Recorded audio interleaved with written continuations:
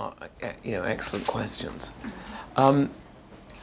By freedom, I essentially mean freedom from domination in the Republican sense. Freedom from domination. And in order to enjoy freedom from domination, you need to have certain capabilities to pursue choices in life. So essentially by liberty, we mean the capacity to act. We mean the ability of agency, which is in its key moral sense, the ability to act otherwise, the ability to make a choice, to enshrine that value on a wide scale. So liberty is the ability to choose. It is the ability to make choices in one's life. And to the extent that one thinks that this value is critical to be pursued without the burden of coercion and the risk of coercion and force, then we have to ask how you embed it in systems, as it were. So liberty has been embedded in the rule of law, in the free marketplace, in competitive party democracies and so on. Never mind, take it easy. I'm not doing Rachel. Oh my God, you're the state of me. Neither is right. They both need to be balanced. I think from our perspective, where we come at freedom is the critical part that agency plays in freedom. Do you know what I mean by agency? Sure. Personal agency, one's perceptions of one's ability to influence the world around you. Because one of the things that we do through Envision is we support young people to realise they can make a difference in the world by giving them a direct experience of doing so. So young people will come, we will go to them and they may have had various different life experiences before, but we work with young people primarily who have not been active in their communities. They're not the types of people who volunteer or, it varies, but in the main, they will have done very little of this kind of thing. And it's our experience that by giving them a practical experience of making a positive difference in their community, they realise how rewarding it is, and how freeing it is, and how enabling it is, and therefore develop more and more responsibility and more basically desire and proactivity to do more in the future. So from our perspective, we've learned very much that trying to tell young people or anyone to go and be responsible citizens doesn't work.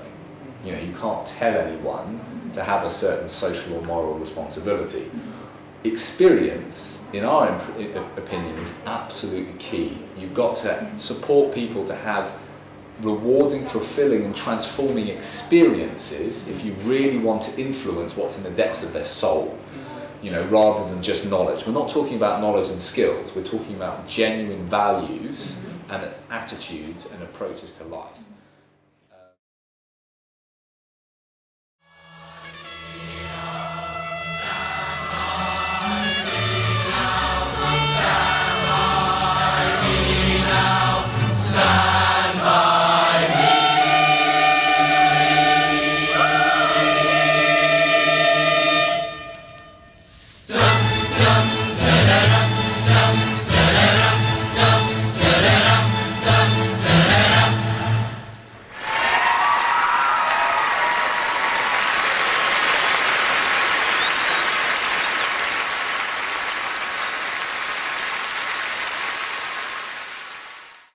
But that was amazing because it's. I think in this country, it's the program was very different from other programs about music. They're either very serious, and it's sort of, the people talking about Mozart, and then a few people playing stringed instruments, and that kind of TV, like arts television, or it's like people singing and yeah, with like contestants, like game shows, like they sing and they go, "You're rubbish, get off," and "You're great," Same programs are in Korea. Right, Pop Idol, X Factor, Americans Got Talent, all of that stuff. So it's kind of, there's nothing in between, and I think our program, when people tuned in at first, they thought that they were watching Pop Idol for choirs, like Choir Idol. We joked that it was Choir Idol. And then as it got, because choirs and the music, and I suppose the way I kind of made it work, are so, worthwhile and so such a sort of deep and personal experience, it changed, and I think people were really surprised by that, because it became more of a program about arts and what the arts do for people than people were really expecting. I think they just thought it was going to be something funny or silly. I think singing is good for you. It's good for the soul, it's good for the mind, it's good for the body, it's very energizing. So stick at it.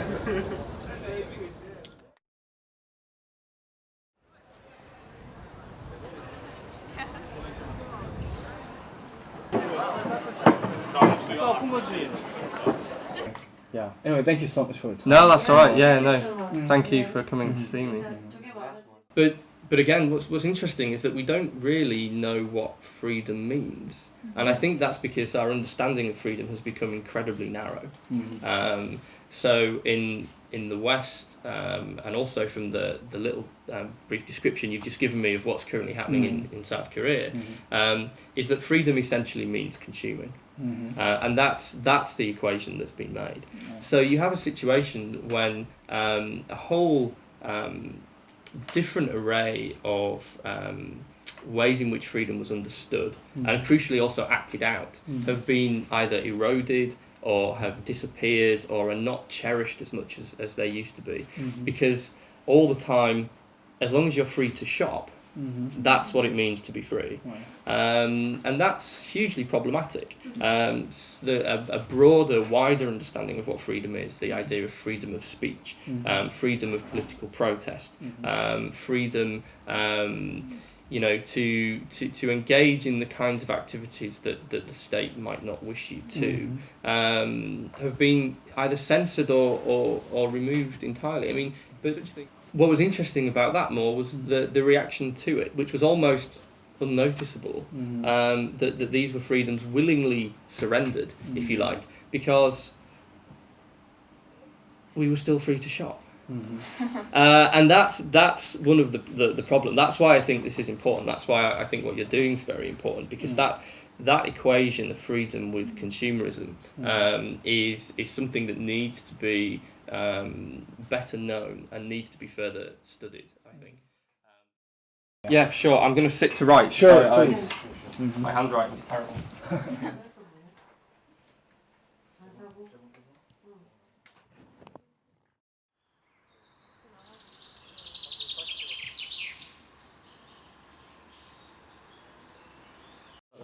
Korean traditional tea, actually. Oh, I'm a great you could also lover of tea. Oh, yeah, that's great. Yes, I drink lots of Organic tea. green tea. Thank you. Yeah, that's great. Okay. So, why did so many people have been, pursuing this freedom in history? Okay. I think the first step in answering this question is that freedom has many, many different meanings, so that what people mean when they say freedom is not simply the same thing, but that different people mean different things. Yeah? Lord Acton, the famous British 19th century historian, already wrote, when he went through the literature to find definitions, that there are about 200 different definitions of what freedom is around. Yeah? And in that sense, I would not like to add a 201st definition of freedom. For freedom always is a specific experience of unfreedom, of a lack of freedom. And that the discourse about freedom only gets interesting when we study these driving forces, so to speak, the experiences of unfreedom, non-freedom, of a lack of freedom. What would be your own definition of freedom in this in our range.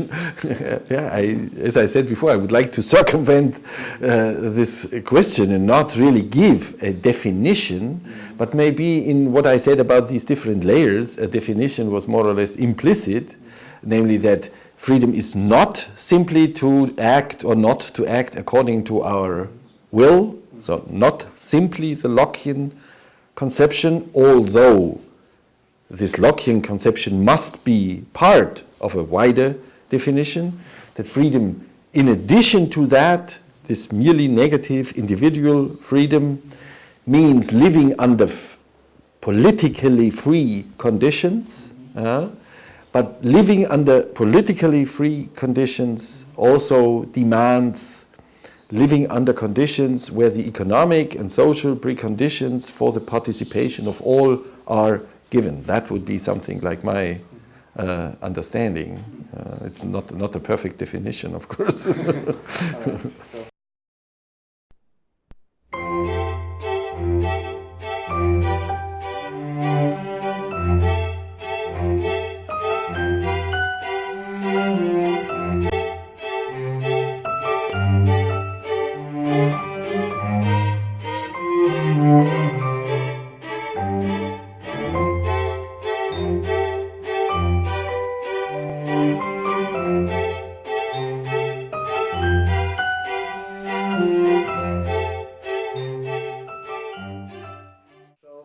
We are going. Yeah, Please. yeah, thank you. Please, please. Lovely. You are. You intend to speak about freedom. Freedom. Yes, I got your letter. Yes. Yes. Freedom. Freedom, particularly individual freedom. Individual freedom means that each of us, everybody sitting around this table, is by decree an individual. Whether you like it or not, you are an individual. What does it mean? It means that if you suffer a defeat, you have only yourself to complain about. Only yourself. You bear complete responsibility for whatever happens to you in life. Assumption is, by decree, you are responsible for your life, no one else.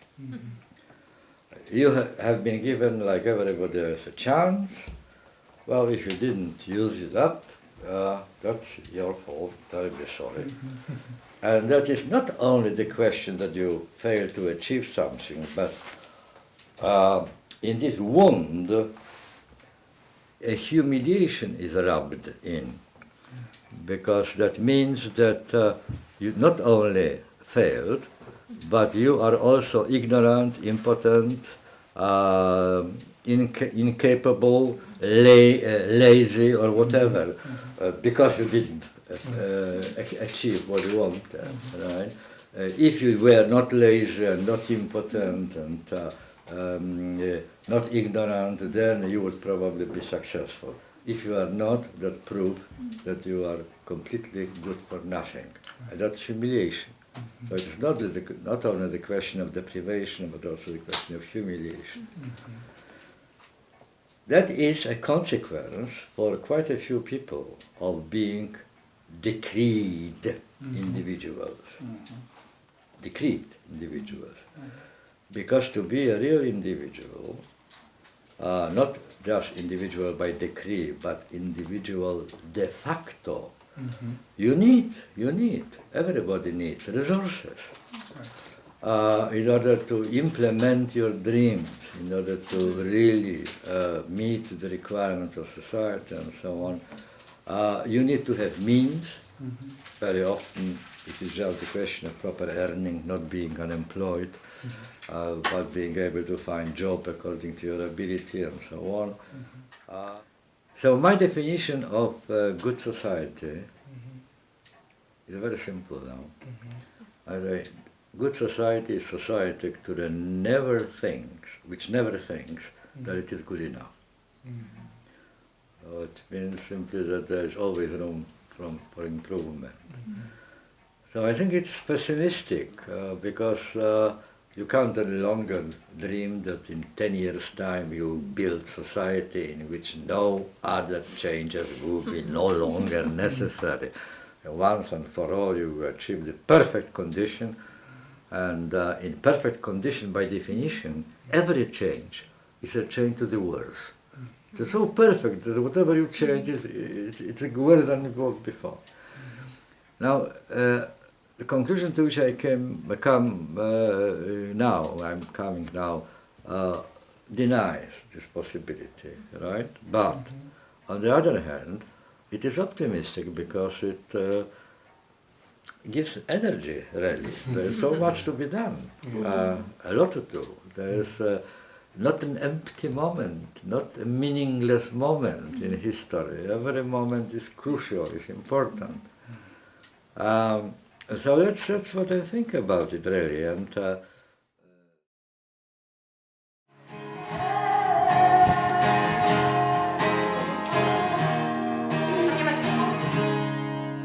Hello, Korea. Now we're gonna sing "I'm Yours" from Jason Mraz. Oh,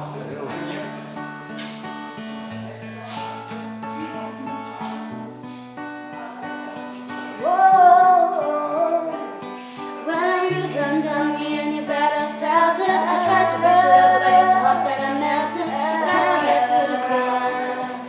I'm trying to get back for the cool down right. I'll be giving it my best. There's nothing gonna stop me but your final intervention. I reckon that you give my turn. Some more, learn some, but I won't hesitate no more. No more, it cannot wait. I'm yours. Well,